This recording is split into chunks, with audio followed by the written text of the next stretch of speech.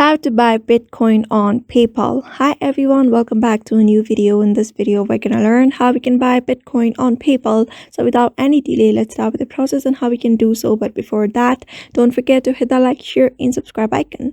So in order to buy the Bitcoin on PayPal, these are the process you need to follow in order to do so. Open the PayPal application. After that, you'll be finding crypto and finances option. You may just click on any of the option to go along with the process. I'm just gonna click on crypto. After that, just go to the crypto, and here you'll be finding all of the cryptocurrencies along with the Bitcoin here. Just simply click on Bitcoin, and here you will just buy the Bitcoin. Just type in the amount that you want to buy the Bitcoin from.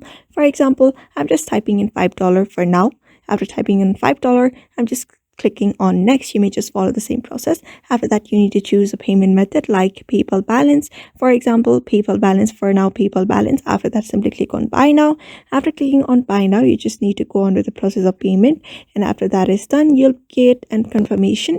And that's how you basically buy Bitcoin on PayPal. So I hope this video was helpful to you, and thank you for watching this video.